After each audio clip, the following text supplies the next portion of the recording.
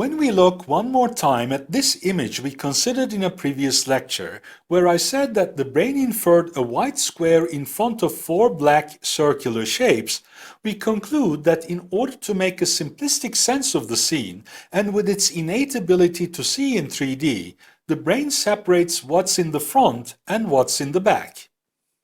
The dilemma that Rubens' vase creates, the rotating ballerina illusion, as well as the indeterminate 3D view of the cube I'm showing here once again, are all a result of the brain's inability to tell what is in the front and what is in the back. The proficiency with which the brain can usually tell what is a figure in the foreground and what is background is a result of millions of years of evolution.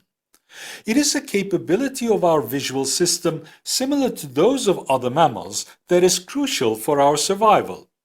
Without it, we couldn't even walk, as we would hit every tree on our way and trip over every stone. Imagine how much longer it would have taken our ancestors to detect a predator in the distance if all elements were equally arresting in our visual field. For this reason, the brain determines the figure and ground relationship before it makes any other resolutions about what it sees. And it does that by using focus information, the distinction between foveal and peripheral vision. The figure usually has a definite shape, whereas the ground is more or less shapeless. The figure seems closer with a clear location in space, whereas the ground seems farther away and has no particular location in space. Elements below a horizon line are more likely to be perceived as figures, whereas elements above a horizon line are more likely to be perceived as ground. The figure-ground distinction states that we perceive an object either as a figure in the foreground or as part of the background. In other words, that the brain segments its perceptual field into a foreground and background and classifies visual stimuli to belong into one or the other. This ability allows us to focus our attention on figures in the foreground and filter out the rest of the visual scene as background, which saves us a vast amount of time and cognitive resources. Thus, by filtering out what is not immediately important, the brain simplifies its perceptual field and can focus on relevant elements, which also helps to remember these, whereas the background is ignored and forgotten. In real-world situations, there is usually a clear distinction between the figure and the ground without ambiguity and instability. However, the same cannot be said about many artificially created designs, such as this woodcut by Moritz Cornelis Escher. The artist exploited here the phenomenon that the viewer's focus influences their figure-ground distinction to produce an ambiguous image in which figure and ground switch roles as the attention shifts.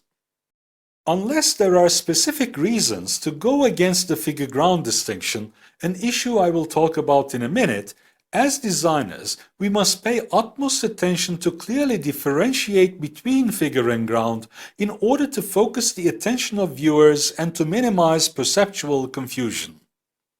We must ensure that designs have stable figure-ground relationships by incorporating appropriate visual cues. Key elements should be made figures in the composition to increase their probability of recall. For example, the company logo has been separated from the main navigational menu on the website of vasco.eu, making it a memorable foreground element. Few designers pay attention to the fact that placing a logo near the middle or bottom of a page, instead of integrating it in the header, as is usually done, makes it a figure element which will receive more attention, as shown here. Better yet, show the logo on your product in the middle of the page. This is most impactful. As a general rule, elements in the lower regions of a design are more likely to be perceived as figures, whereas elements in the upper regions are more likely to be perceived as ground. The figure-ground distinction often means that our visual system's parsing of a scene is influenced by its characteristics. For example, when an element or a colored area overlaps a larger one, we tend to perceive it as the figure and the larger area as the ground. Similarly, a region that has higher contrast than its surrounding, an image that is symmetrical, or an area that is textured will usually be seen as figure. We generally perceive contours as belonging to the figure. This is a concept referred to as boundary ownership. In web design, often an impression-inducing background is placed behind the primary content in order to suggest a theme, brand, or mood. Sometimes it makes sense to use content that was formerly the figure as the background, temporarily for a pop-up as in this example, or permanently, so that it provides context to help keep the user oriented regarding their place in the interaction. Just before I said that, unless there are specific reasons to go against the figure-ground distinction, we should do our best to clearly differentiate between what is in the foreground and what is background, so we can guide our users' attention and don't waste their scarce cognitive resources. Netflix does this quite well on their homepage. As with most other Gestalt principles though, here too, it is possible to intentionally go against the principle and to use the negative space of the background as part of the foreground to achieve specific effects. Look how brilliantly the advertising agency McCann World Group of India could express the idea of pets belonging to the family in the campaign they designed for the animal adoption organization World for All by arranging the negative space as figures. Here are a few further examples from the world of advertising.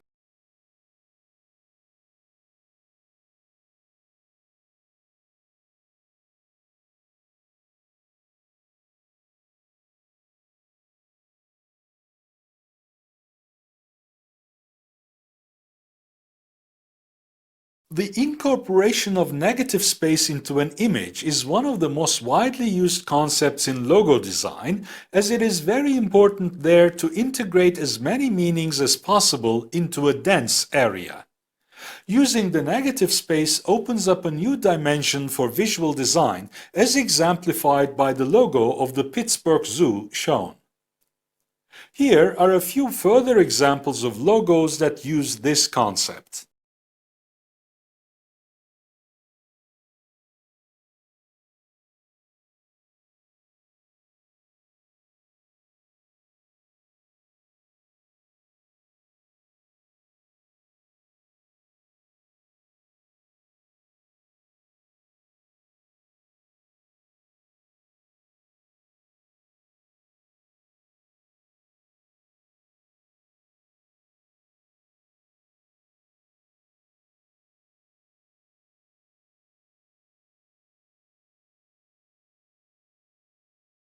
Surrealist artists have used the tendency of the brain to classify everything that is not figure as background in order to introduce deliberate ambiguity and to create visual effects that depict impossible scenes, such as these perpetually climbing stairs, or this impossible waterfall.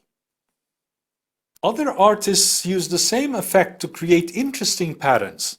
But when it is used too aggressively, especially as ornamentation or on textiles, it can be overwhelming.